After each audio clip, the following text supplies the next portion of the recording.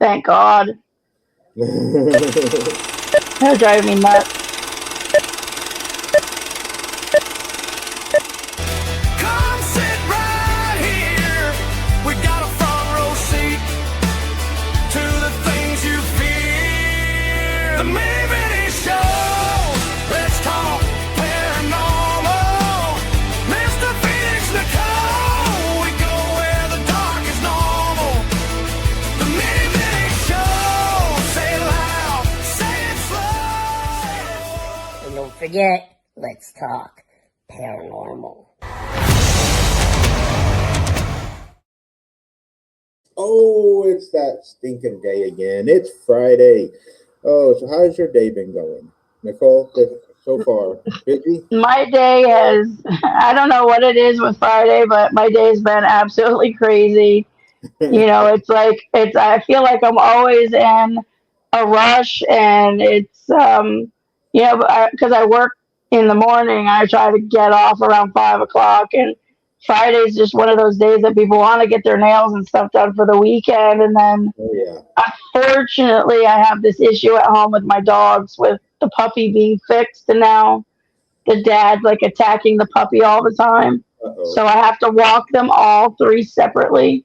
And it's a lot for me to walk, two 70-pound pit bulls and then the other 40-pounder, but it's hot outside. It's like, it's just a lot, but I try to stay as positive as possible, and I just keep trucking. So I'm here. I'm tired. I'm sweaty. It's all good. We have a wonderful guest. She goes by Medium Red, and I'm going to bring her on right now. Hi. And see, she knows the tricks on this because she's a podcast host herself. Oh, great. Perfect. Quit licking me. Uh-oh. I think we. Oh, there we go. There you go. Now you're good. Now I'm good. Oh, look at the baby. Stop it. That's the puppy. Oh, sweet. Well, thank you for having me on, you guys. I'm looking forward to this. This is fantastic. Thank you. Awesome. Thank you. I'm just gonna get that random question out of the way. What got you started in paranormal? Ooh, wow, gosh. The biggest question needs the all-in-one answer. Actually, probably, hope there's no haters out there. Amy Bruni probably got me into this. Nice. Amy Bruni, my husband's in the concert business, and I've had this gift since I was 5 years old, but wasn't using it professionally. And back in 2021, my husband's like, oh, my boss is buying this Amy Bruni show where she's going to come out, talk about her book, talk about her paranormal experiences, and the TV show Kindred Spirits. And do you kind of think we can do something with this show? And I said, absolutely. It's a very niche market. You're going to have to go to the paranormal groups. You're going to have to go to all these different, more paranormal and ghost hunters kind of locations and kind of market it through them. He's like, well, you've always had your little toe dipped in there. So do you think you can help? And I'm like, yes, I can do that. So I did. I kind of pumped it out there to the paranormal groups and everything like that. And we did a contest and for a couple of people to win a meet and greet, 2 tickets to the show and a meet and greet. And while Amy was doing her rehearsal, going through her PowerPoint presentation, making sure that it was working and everything, she had a mishap. A cord wasn't working. Husband had to run to the technical store to get a cord for her. In the meantime, we sat down and started talking, and she said, what's your deal? And I said, this is my deal. And she's like, why aren't you using your gift? She's like, you should go out there and just jump in and get your feet wet. And I'm like, okay. So I did. And it just kind of worked out that actually one of the winners that was there, her name was Misty Cahal, and local as well. And she approached me and thanked me for winning the tickets and everything. And then asked me what my deal was. I'm like, why is everyone asking me what my deal is tonight? But I'm like, I'll be happy to answer that. And I said, well, I'm a medium. And she's like, well, we're looking for a medium for our team. And I said, oh, okay. she's like, why don't you come join us on an investigation and we can kind of see how it works, see how we gel, see if it works out. And I said, sure, that's perfect. So I went on an investigation with them, and then the rest is history. Here I am. Now I'm on 3 teams, consulting for 3 different teams. 2 teams here locally in Arizona, and actually 1 team in Michigan, actually. So, there you go. That's me. Nice. And at the end of our intro video, that is the lovely Mini Vinny, by the way. Yep. I was just saying, Nicole, I was picking up big personality. I'm like, was that an oxymoron? Little Vinny, Mini Vinny. Kind of, yeah. And I'm like, he's like, nope, he was only 3'5", and I'm like, well, it's the personality that was big. Yeah. Okay, now I'm getting it. And then I was like, he basically he's like a smart ass. He's a prankster. Yeah. He was telling me basically, hey, dude, why don't you talk to me? I'm here. Hello, I'm here. So it was kind of funny. Cool. Telling him you need to talk to him. He really wants to, to hear from you. And I was like, he kept showing me these signs on each other's backs, like kick me or something like that. And 2 peas in a pod. So definitely the prankster aspect, and definitely where one picked up, the other one took over type of thing. This intermeshed kind of aspect of each other. So was that something between you and him, Jer? Some of it, we just never got a chance to actually meet in person and do our things that we wanted to do. But we did plan a whole kinds of different things, like Jackass. I was like, man, I want to put you on a skateboard with a leaf blower. He's like, oh, I go, do I have to bubble wrap you first? And he goes, no. Well, and that's what I told him. I said, well, that's Jackass. I could see Jackass where they would put kick me signs on each other and then walk in the crowd and then see if people would kick each other, So it's kind of that, sitcom comedic relief type of thing. So definitely, yeah. That would be a funny show, though, to have you and a midget friend go in there. I wonder if people would be more afraid to kick you or him. Yeah, exactly. He probably would be saying, come on, kick me. Somebody kick me. Please, come on. Right? He'd be tapping on people's He'd walk up to him, show you, don't you see the sign on my back? Yeah, exactly. And that's what I kind of pictured. It's like they'd be definitely kicking you, but they wouldn't be kicking him. He'd have to beg somebody to do it. Like you said, here's the sign. The sign's here. Come on. Yeah. We originally were going to do a big little person investigating crew and go investigate and stuff, and he was going to be part of it, only because one, I thought it would be hilarious to see a lot of little people run away from ghosts. I'm sorry, I'm not trying to be mean. You can hate me if you want, people, but it would be hilarious. And he's 3'5", and he goes, you won't see me run though. And I'm like, why? And he goes, because I teleport. I'm like, now I really got to see this. Yeah, exactly. No kidding. So. Well, that was funny. Thank you for letting me tell you that backstage. I was like, yeah, I think this is probably the same guy. But he's like, yeah. And when I said, your name, how did you get your name? And he's like, it's an oxymoron. And I'm like, an oxymoron? Were you tall, big, or something like that? But he just smiled. So I was like, okay, maybe it's the personality. And it's the big personality. Yeah. Not definitely little, but very big and very out there charismatic. So most definitely. So what's one of your scariest moments that you've had in investigating? I would say probably I went to it was 2023, I think it was. I was in Clifton, Arizona, which is a very huge mining town. Phelps Dodge, that kind of silver, copper mining town. Mm-hmm. And it goes way back to the 1800s. And we were there on an investigation, and I was greeted by a woman who she presented herself, and I don't want to be cliche, but in this white dress, but it was more of a white negligee of the time of 1800s. And she had her hair up, but it was really loose around her face, not at the time to be prim and proper. So I knew instantly she was a lady of the night. Okay. And I saw a vision of her on the street in the 1800s, and I'd never been to this town, and I'm an Arizona native. I'm probably the worst Arizona native around that doesn't know much about my own city and state.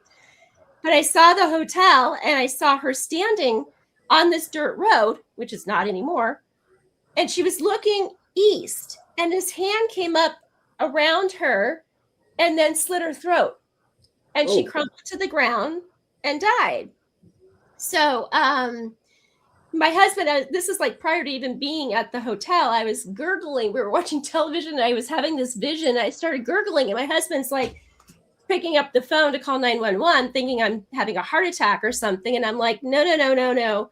And I was finally got over it. It was her letting me experience her death to a certain extent. Ooh. Like basically cutting the vocal cords, cutting the throat, gurgling within your own juices. It sounds gross, but yeah. So when I went to the hotel, be careful what you ask for as a medium, because you'll get what you wish. So I went into her room and I asked her to show me her death. Well, to her, the best way to do it was let me experience it. Yeah. So what was that like visually? Is that how you connect with them? Yep, I have all the clairs. So depending on how they want to communicate, it can be visual, it can be audible, it can be just knowing. I can feel, I can, like sometimes the stomach, I can taste, smell. So I have all the different clairs to help me and guide me with these different spirits to be able to communicate with them. So when I was in her room, I experienced it. So I went in her room, and even the general manager won't even go into that room at night. She literally will wait till the bar closes, because there's a bar that's connected to the building. Mm-hmm. She'll literally lock the bar, wait till her husband comes into the building before she can even go into that room. That's why she's so scared. But this woman relives her death over and over again every single night, because there's never been vindication for her. So I walked in the room at 11:23 p.m. and said, "Show me your death." Well, the next thing I know, I'm now sitting on the concrete floor. My knees come up to my chest, and I'm shrinking into like a fetal position. And the lead investigator goes, and I started leaning more towards like the ground. And the lead investigator said, get her out, pull her out right now. She's going to hit the concrete. So they got me out. I literally had no feeling in my hands. I had no feeling in my legs whatsoever. So they literally had to help move me into a common room where I could regroup. And they were taking pictures of me. And I know I'm very fair complected, but if you can imagine, no color whatsoever is basically what I was experiencing. There was a woman that was on our team who's a hospice nurse. And she said, I was explaining how my hands felt disconnected and tingling, and that my feet felt like they were disconnected and tingling. And she says that's exactly what happens when someone's dying, is the body goes into protection mode and it tries to protect the core. So it will shut down all of the extremities that is not needed in order to protect the core. So your arms and your legs, all of that are going to be inoperable. It's protecting the heart and the core. So I was finally able to get outside, and actually regroup and everything. And she literally showed me her death. And she didn't know who her assailant was until after she died. And it was her husband. So he was a local miner. Oh, wow. They needed the money. And he agreed for her to be able to be a lady of the night as long as she did not fall in love with one of her clients. She fell in love with one of her clients. And it was one of that mentality, well, if I can't have you, no one can have you. Yeah. So he came in and slit her throat. It took her 23 minutes to bleed out. She sat with her body during that time until 10 a.m. the next morning when her body was discovered. Oh, wow. So she wants vindication, but how do you vindicate an 1800s murder? It was like 1870. How do you vindicate that? Do a mock trial? Yeah. We've talked about going down and doing a mock trial to help her, but she literally relives her death. And that's why the general manager does not even go into that part of the building, because of the fact of it. She feels it. She's affected by it. So wow. So that's my scariest one. That would be scary. That would be scary. to help her move on? Would that be the getting the truth out there somehow?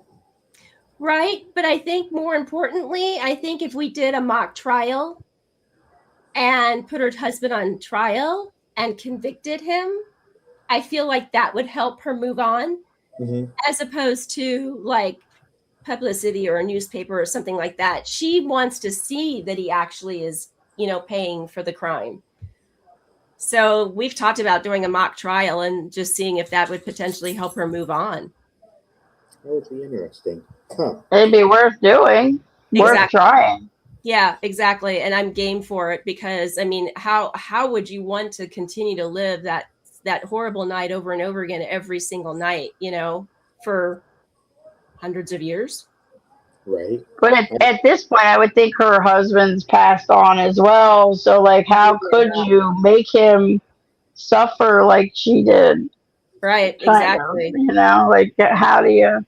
And he clearly is not there at all. That I can vouch for. Otherwise, Well, that's kind of take care of him. it's kind of crazy when you saying that because you think that he would feel some sort of guilt for doing that, right, and not move on because of it. But obviously, he's totally okay with it. Right. Yeah, I'm amazed. I mean, it's a choice. It's a choice that she's made, that she wants to do this, and yeah, because I've talked to her and she's like, I'm not moving until vindication. That's the only thing she keeps saying, and she'll repeat. Wow. Maybe somebody can explain to her that you're basically making yourself stuck here doing that. She knows, but it's there's times, it's like us being stubborn in the real world, sometimes Of course, yeah. Put our feet in and we want what we want when we want it, type of thing, and in this case she wants what she wants and wants it now, so yeah, unfortunately get that now. Right, exactly, because he got off. I mean, they literally, because women were disposable, True. they totally look the other way. They totally looked the other way for her and didn't, even give her a funeral. I don't even think she had like a funeral per se or a celebration of life or anything like that. I think it was basically take the body and bury it type of thing. Probably after being lady of the night, they really definitely didn't really give a damn. Right. Exactly. That's sad. Jeez. Yeah, so, it's terrible. It's terrible. Why do we always see, like, with mediums and stuff? I haven't seen anything because I haven't had a chance to experience this yet, get through all of this. But why is it that it's always the 1800s and etc. that's been seen? I mean, can you visualize, or do you see a 90s kid with like cargo pants on? Well, I've actually picked up on a 1972 case and what do I want to call it? An uninvestigated building in Tombstone. And I went in and talk about a dichotomy of what you get. I got 1800s because obviously this building was the first tent saloon. Mm-hmm. So I got the cliche shootout. But then I also flash forward and I had a woman who was from the 1930s. Okay. And I also got a 1972. And his death was innocuous. It was essentially a heart attack. But he was still there because he didn't realize that he had died. It hit him so quickly that he didn't realize it. And so I was able to go in. And once we talked to him and told him, about it and, gently, because obviously, it's like we're still dealing with people. We have to be respectful of them. Correct. He went to the light. He left. So, and I've had a gentleman, I've had children. I shouldn't say children. He was 19. I've had somebody from 2021 who committed suicide, and he wanted me to talk to his parents, and so it's I guess because certain cities are so rooted in history that's where most people go towards. But in reality, if you're a medium, you should be able to go the whole gamut of every year. Right. It shouldn't just be one period of time that you're just focusing on, unless that's your niche market and that's what you want to do. But, I talk to everybody and anyone. It doesn't matter if it was 1800s or if it was 2026, Okay.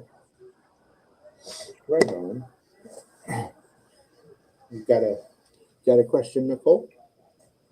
You're welcome. So when, do you run into spirits everywhere that you go, or are there places that you generally don't run into any? Everywhere. That's why I have to keep boundaries up, because otherwise I'm being tapped on the shoulder. And I'm not Teresa Caputo. I'm not going to walk up to you in the grocery store and go, your grandmother says that you need to call her. Yeah, it's you basically have to create boundaries. I mean, hospitals I hate. I really hate going to hospitals. Ever since a little girl, I hated going to hospitals because of all the people. I used to tell my mother, like, I don't want to go to the hospital to visit so-and-so. Why not? That's your aunt or that's your godmother. And I'm like, because there's too many people. And she's like, what do you mean there's too many people? And I'm like, there's too many people. Too many spirits. Did your mother have a gift as well? Is it something that was passed down? No. My grandmother, I feel like on my dad's side did, because my first cognizant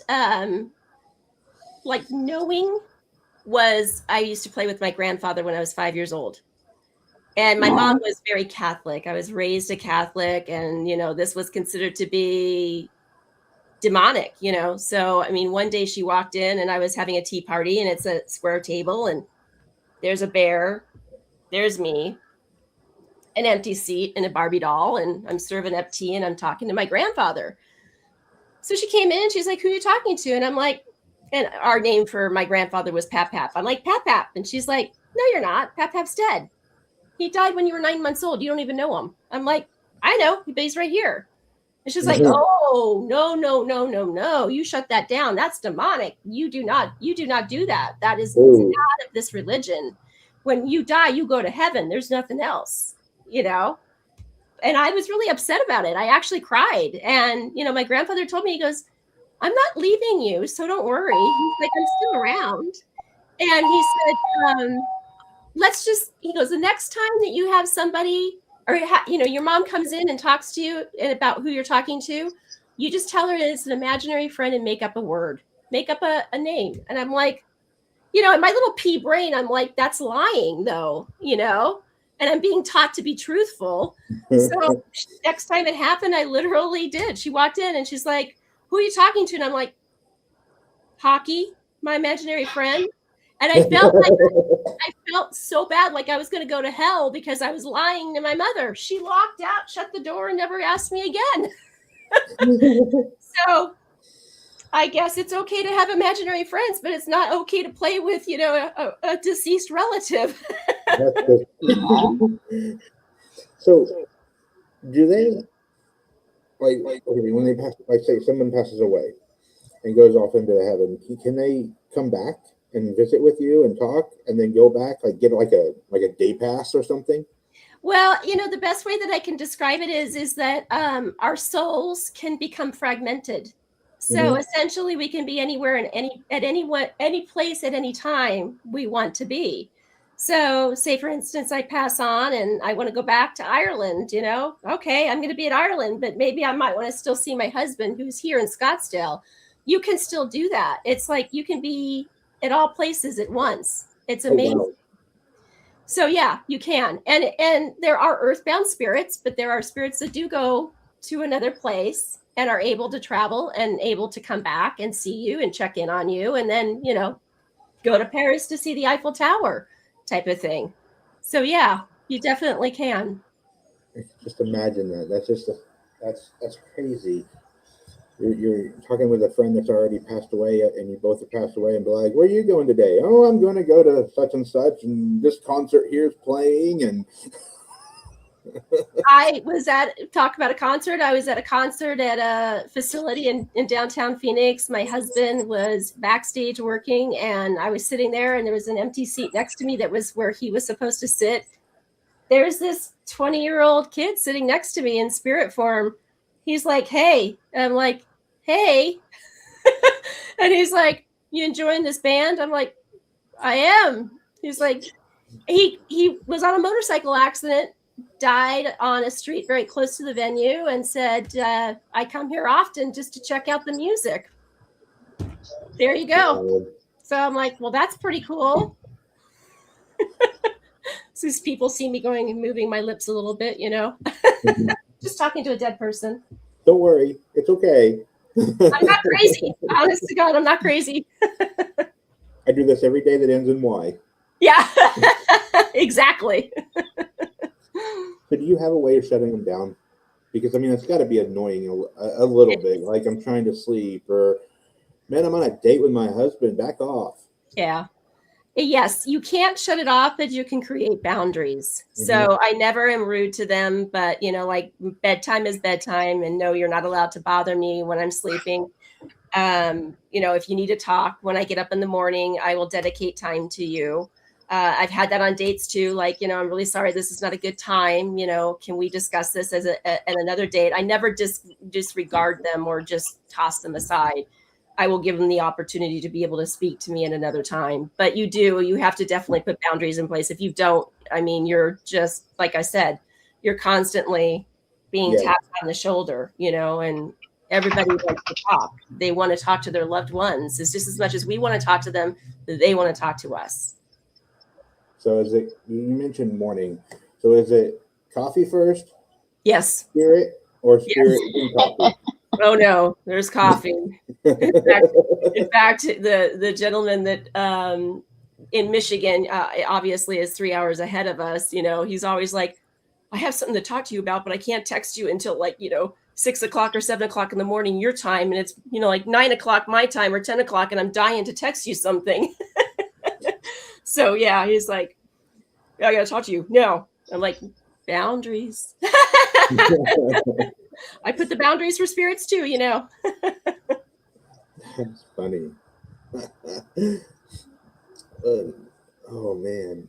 So we were talking about doing some readings, and I was wondering if you were able to do some demonstrations. Can try. Okay. We did, Mr.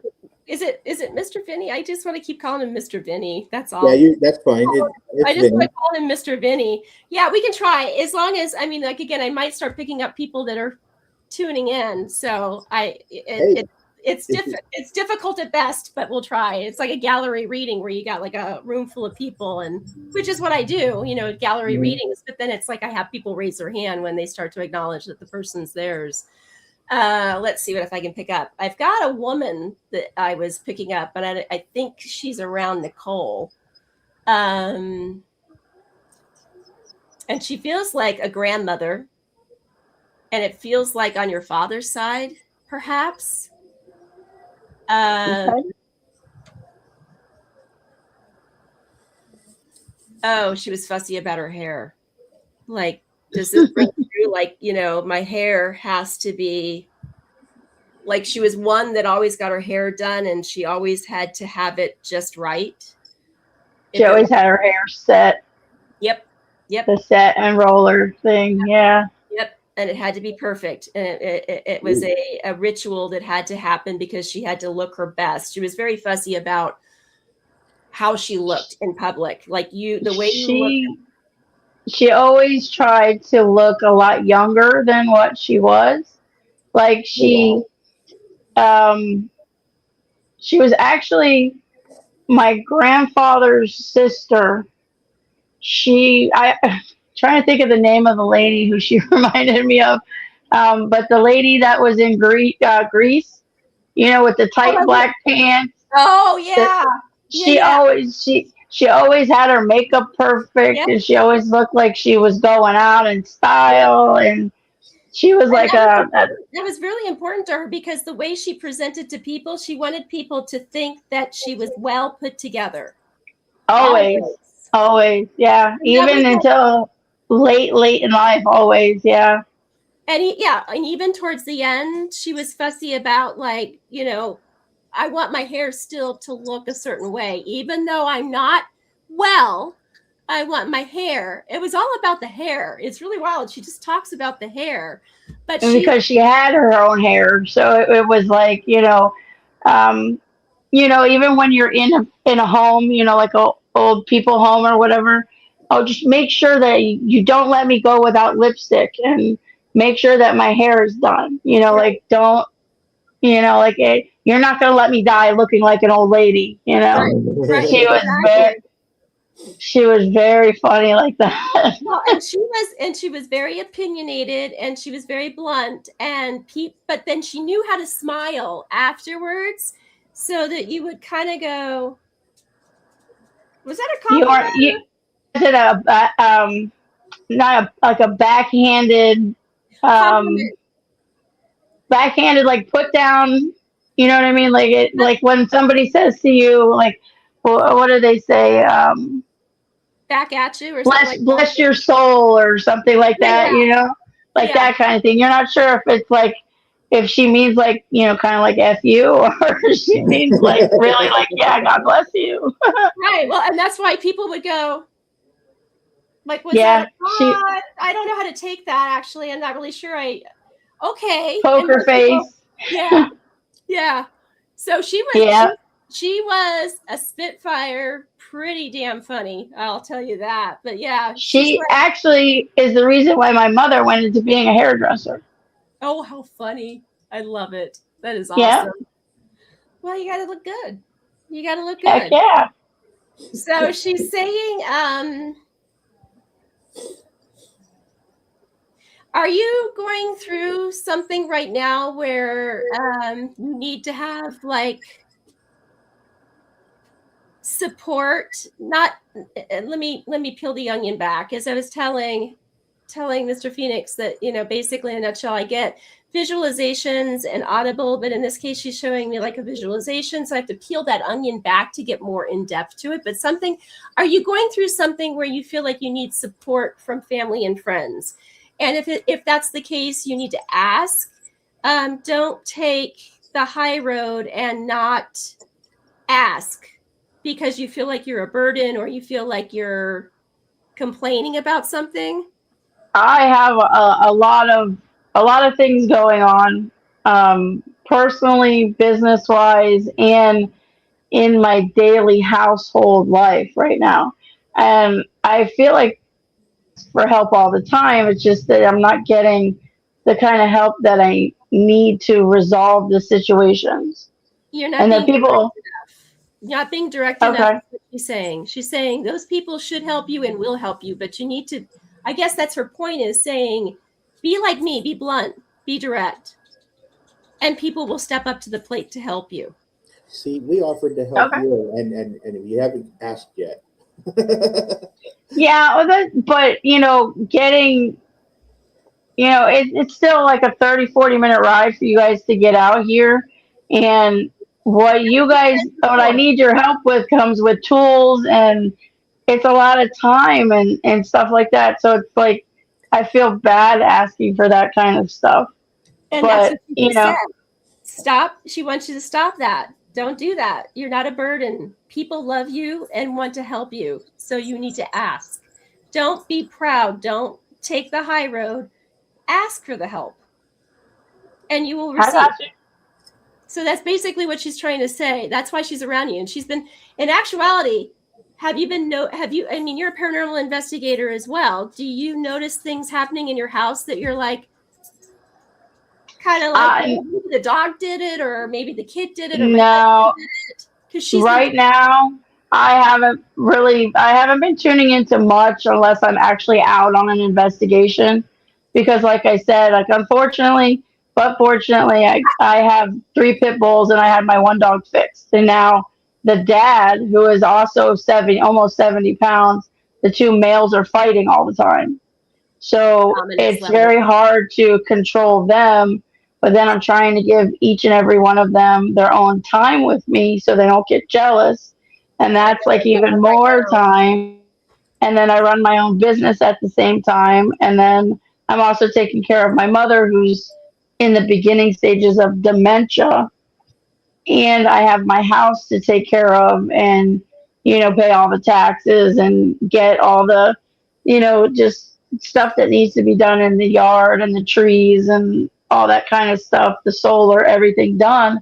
I'm trying to do all of that. So I'm not really paying attention to that part of my life unless I remove myself from my life Right. and go to, like, an investigation or a convention or something like that. Well, she's been trying to get your attention, like the, call. We've been trying to get you about your car insurance. She's been trying to get your attention. So I'm definitely gonna hang up on that call. No car insurance for me. But yeah, she's been trying to get your attention because she wants you to stop being so I don't want to be a burden. I don't want to be out of your way and stuff like that. She's like, just ask. Be blunt and direct and say, I need help. Because that's the only way you're going to be able to get through what you're going through is by having somebody help you. And multiple people help you. So I would definitively say, Mr. Phoenix says, I'm 30 minutes away. I can help. Take him up on his offer. It's definitely going to take a tribe to get me through what's going on right now. Yeah. And you know what? You have a tribe.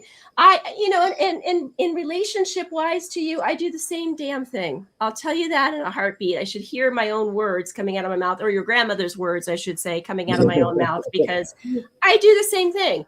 I'm up here and I feel like I should not bother anybody, and I don't want to be in a position as somebody. I don't want to be a burden.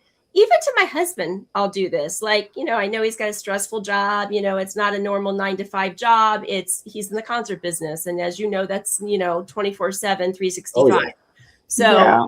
So, for me, it's like I try to make his home life so much more pleasurable and stress-free. But then it's stressful for me because I have to hire people to do things, to fix things. And I don't want to ask people to do it. I'd rather hire somebody. But yet I have a tribe that goes, hey, by the way, I'm here and I can help.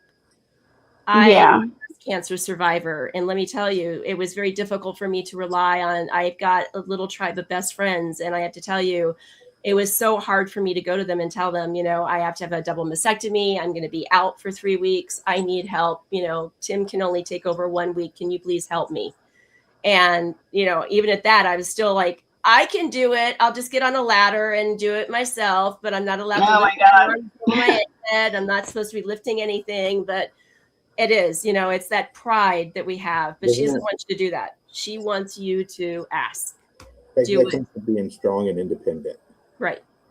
Exactly. Yeah, and I've always been that way. I've always done it myself. I've always, I've pressed myself to, just purely being tired all the time to get everything done.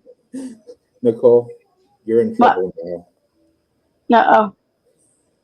Can you see, look it. That's my wife. I know. There you go. See, look it. Have cart, we'll travel. That's awesome. Well, we had talked last week about you guys coming out to help me with the tablet. But things happen. So one of these days we'll get you out there, and then finally my iPad will be working. I don't know why I can't get it to work, but you're gonna figure it out. I don't know what to do with it. Mr. Tech over here. He's the tech guy. Exactly. But yeah, definitely we have tribes for a reason, and you're always showing up for everybody else. Just let them show up for you. And you know what? If they don't, and you ask them, believe me, and through the breast cancer, I figured out who truly was a friend and who truly wasn't a friend. And it's an eye opener. And then you realize, you know what? Why am I going over and above the Call of Duty for these people that won't go over and above the Call of Duty for me? Sorry. Yeah, I've cut a lot of those people out that I don't even bother really talking to anymore, because of that. But Jeremy and his wife, they've always come through for me, and it's always a pleasure having them around. So it's definitely going to happen. It's just when we can all connect and make the right time. Exactly. Your grandmother's sitting there going,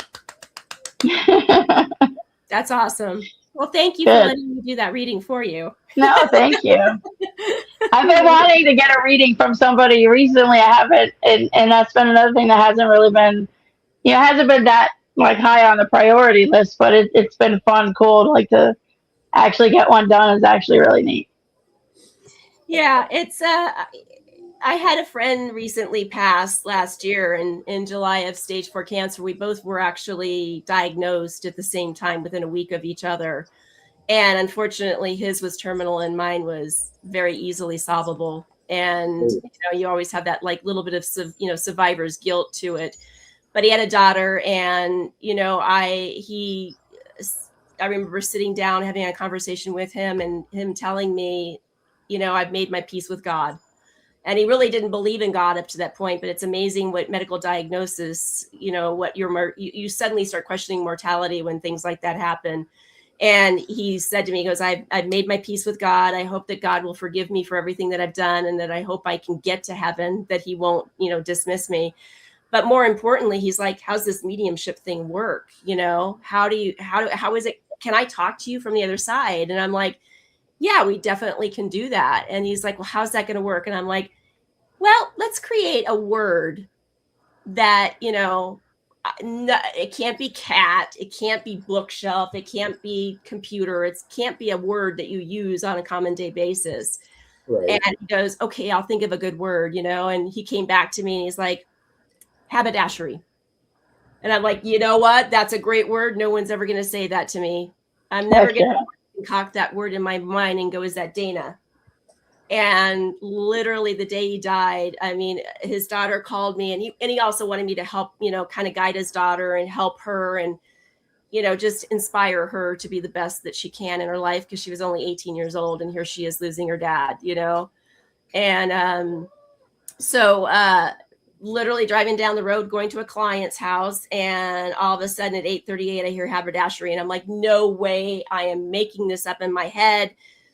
I can't believe it. The phone rings. His daughter calls and says, Dad just died. He literally just died a minute ago. I'm just calling you instantly. Oh. And since then, we've been in communication the whole entire time, talking to That's so cool, though. He's able to get through to you that quickly. Yep. It was wild. Very, very wild. Because usually I always tell people, like, the first 48 hours of death, don't expect a communication level, because, for lack of anything else, I kind of call it orientation. They got to go through orientation. Makes sense. And so at like 48, you definitely would see them in your dreams, or you might see like something that's related to them that popped through, or a song popped through, or something like that, kind of to let you know that they're okay. Oftentimes people will get dreams, about their loved one, standing there, and you're confused as to, knowing that they're dead, but they're standing in front of you in this dream, and they're saying, I'm okay, things like that. So that usually happens within like the first 48 hours. And then from there on out, it's just communication time, like you talking to Vinny. Yeah. Hey, dude, I'm here. Yeah. And I think he wants me to just walk around and start talking to him and make people think I'm weird. Yeah, absolutely. And you could put a sign on your back that says, hey, I'm just talking to a dead person. And I bet you would laugh his butt off at that. Small letters, put kick me, and see if they even see that. Yeah, and then put kick me in small letters. So how does your husband take it? Oh, that's even funnier story. Get the popcorn for that one.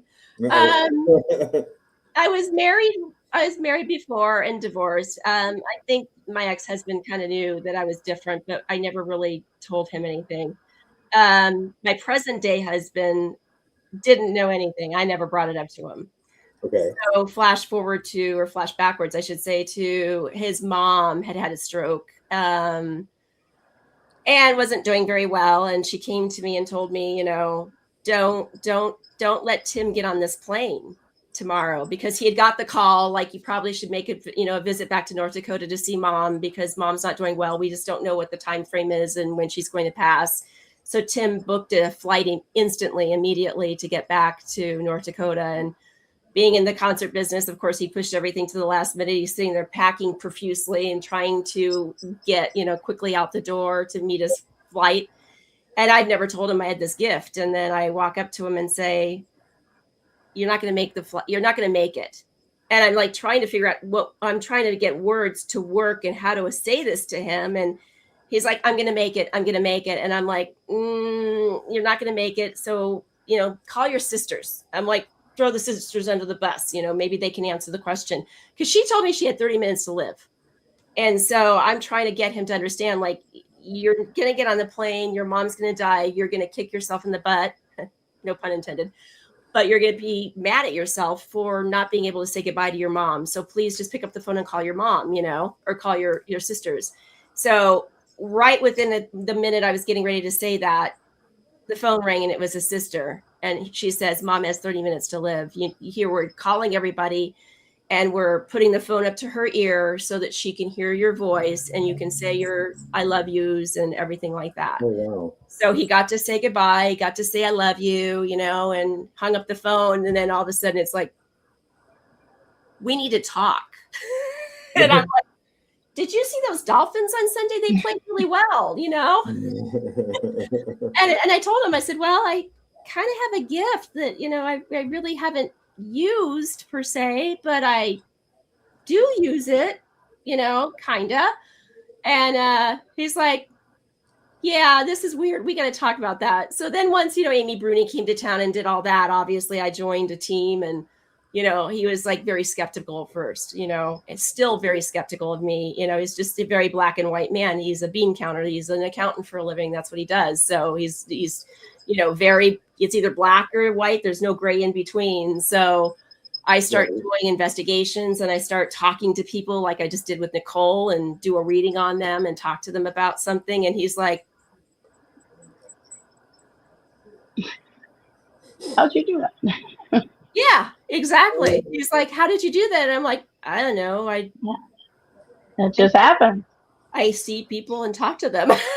I see dead people. Exactly. I was ready to say that. I was like, that's a perfect line right there. Just quote that. I see dead people. And it's funny because I have gifts of my own that I'm not completely honed in on. But even like they have like this place over here called the Hanging Tree, and it's literally within walking distance from my house. And my friend and he's been helping me walk my dogs with me. So we've been going by there, and I started explaining to him about the tree. And then he had his phone out. I'm like, take a picture of me, take a picture of me, take a picture. He's like, right now, I'll take a picture. And he took a bunch of pictures of the tree and me. And then when I blew the picture up last night, you could see like a little boy standing behind me. And he's like, oh, how did you know? And I was like, I don't know what it is with me. Like, I don't know exactly. Intuition. I don't talk. I can't talk to them or anything, but I could feel like this, almost like this very slight change of electricity in the air. Yep. And it's almost like a cold little electricity that I felt, and I could feel what side of me he was on. And like, I actually, when I got home, I was looking through the pictures, and I blew up the picture and I circled the little kid in red, and I was like, do you see the kid? And he's like, oh my God, like freaking out. But I mean, I don't know why there's a kid there, but he's by the hanging tree. Wow. So I mean, that was again from like the 1800s here in Newport Richey. Right. Maybe he always played on it or something, and that it's true. Yeah. I have no idea why he was there, but you could see his legs and you could see the blades of grass going through his legs. And it's just like I don't know. I just know he's there. Like I wish I. Well, that's like I wish I had a little more. I don't know, a little more of a way of talking to them or whatever, but that's not what I have. Well, you can. That's it. So that is it's clair knowing. That's basically in a nutshell. And that's like you just know something. You don't know why you know it, but you just know it. Exactly. I don't know why I know it. You may not hear it, but even knowing it, talk. And then see if something comes back and talks to you. You might be surprised. Yeah, I mean, I did actually do like a small like EVP session over there, and I was like, is anybody here? Anybody want to talk to us? And then I got, and literally within like 3 seconds of starting my EVP, it just says like, hey. So like something was there answering us or answering me, but like I said, and then I got it in the picture too. So like to me, that was just more evidence that yes, it was there. It wasn't just something like, in my head. Right. Exactly. You're not crazy. You just know. No, I'm not crazy. People. See? In your words, exactly, how would, like Nicole was talking about, learning and and understanding that she's got these abilities and stuff, and new people that have abilities, how would they be able to zone in and kind of help? Interestingly enough, I am looking into creating some classes that I'm going to start doing for people, so that for novices, so that they can kind of start trusting themselves and trying to teach them how to do that. But in the meantime, I would suggest trying to find, a medium that's local to where you are. For instance, where you're living, Nicole, maybe a metaphysical shop. A lot of mediums will go there to do readings or tarot card readings and things like that. You may find a medium that would be interested in teaching you and having you open up a little bit more. I mean, that's essentially what I did in a sense with a local person here that I knew and loved dearly, Susan Grayson. And I went to her classes because I thought, well, if I'm really going to do this, I really want to know if I have the gift. I'm older now, and what I used to do and what I'm going to do now, are they in sync with one another? And so taking the classes just reaffirmed and validated that, yes, I do have the gift and I can do this, And then I'm a student constantly. As I go through life, I like to say that the more I learn, the more I know I don't know enough about anything. So I've enrolled in Cindy Kays's classes, Patty Negri's class. So I'm now Cindy Kays's class. I'm up to like a level 6 class with hers. She kicks my butt. And I mean, it's wonderful. And she's from Dead Files, from Holzer Files, and now on Paranormal Mysteries on Beacon TV. Wonderful lady. Enroll in maybe a level 1 class with her. She is a great teacher, a wonderful woman and a great teacher. I love her dearly. But she breaks it down for you, makes it, easy, like how do you eat an elephant, one bite at a time? You have to just do little bits and pieces at a time to kind of understand and learn. Now, was she the woman that did, like, on the Dead Files? Was she the woman that did, like, the writing? Automatic writing, exactly. Yeah, that's what I'm sorry. That's what I did when Mr. Phoenix was asking me a little bit about one of the gentlemen's name. I'm going to call him Mr. Vinny. Yeah. We were talking about that. I started doing a little automatic writing, like close to 10 minutes prior to coming on to your show.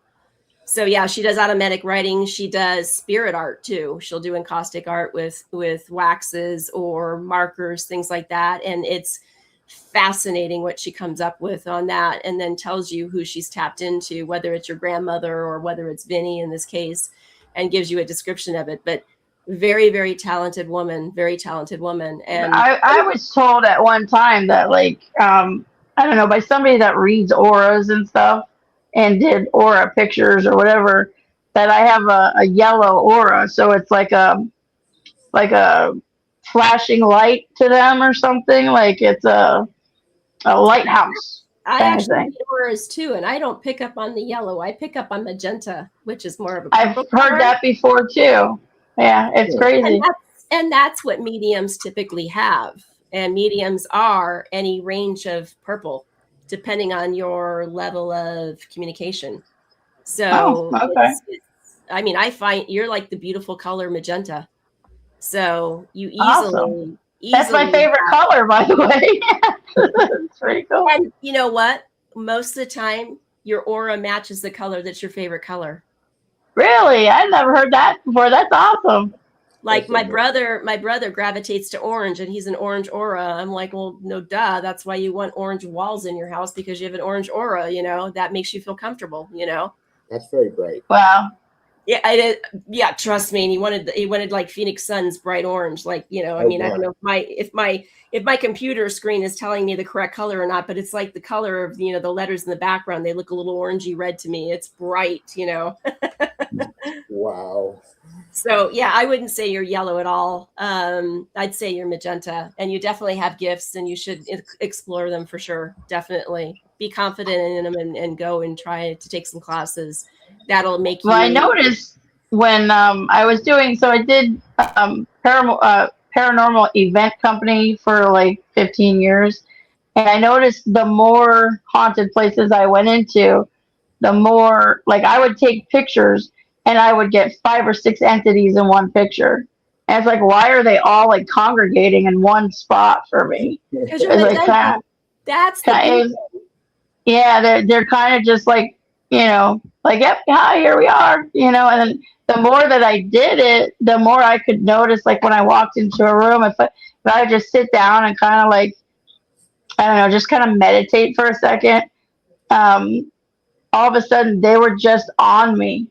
Like they were just right there. Like it was just so crazy. But the more I went into, the more I was able to tune into them.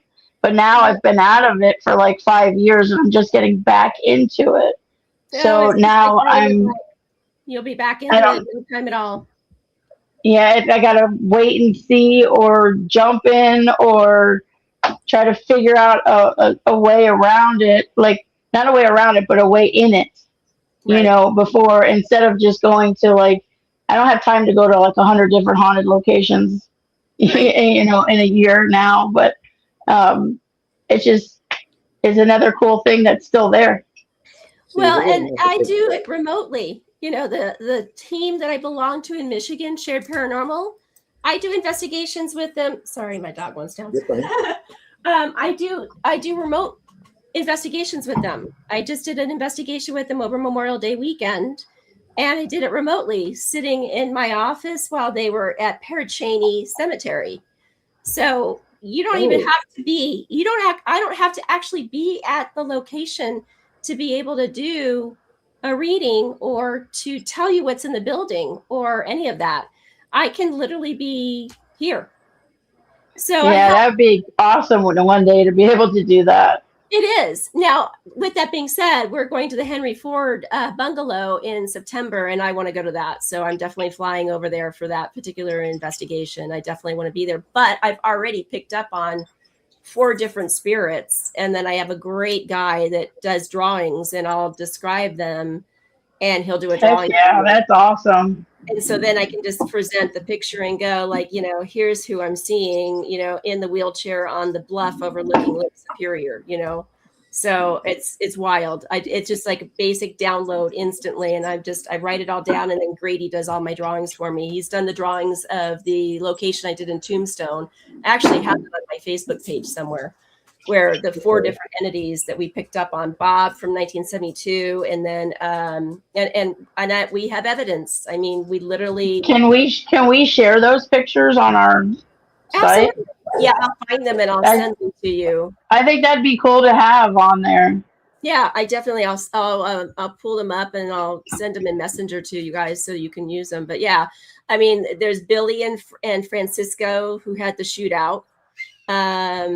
We have Ella, who was a Portuguese immigrant, and then we have Bob. Bobby was the one that I loved the best because and we were filming that for a show, and I went in completely blindfolded and did not know anything about this building, knew nothing about what it looked like or anything like that.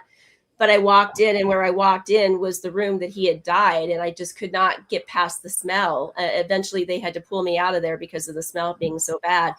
But I said, whoever found the body, I said it was a hot summer day, the air conditioning had broken, and whoever found the body, I can guarantee you, and I don't know if you can still find the person that found the body, but if you were to ask him, and I knew it was a him, if you ask him, if this is ingrained in his head and he can still smell, and that smell and that visualization has never left his psyche. And when I got out, when they took me out of the building and everything, and then validated everything that I came up with, the current mayor of Tombstone was a young sheriff or a deputy at the time. And he was the one that found the body. And they had just interviewed him 24 hours prior to me walking in the building. And he said, I'll never forget that sight, and I will never forget that smell. Ooh. And that was Bobby. And he goes, oh yeah. He goes, and when they went back to him and asked, what was the gentleman's name? Because I got Bobby, that he was called Bobby. It was Robert.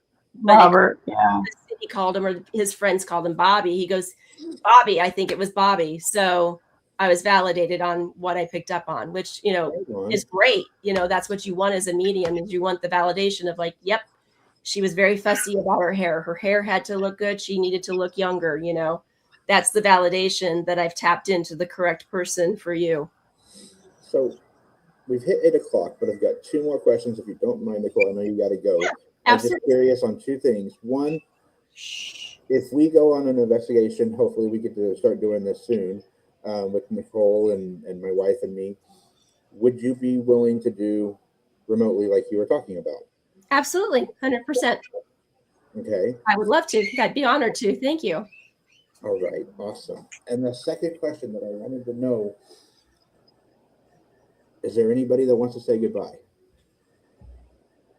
Well, Vinny, but he says he wants you to talk to him. I just didn't know if you had just before we left, if you have anybody that's coming at you or I from the really guests don't. or- Not at this particular moment. Your grandmother, she's completely pleased as pie. Again, I mean, why do I say that? She must have been a baker too, but grandmother, aunt, she must have been a baker because she says I'm pleased as pie. So That must be the old Mobile, Alabama coming out in her.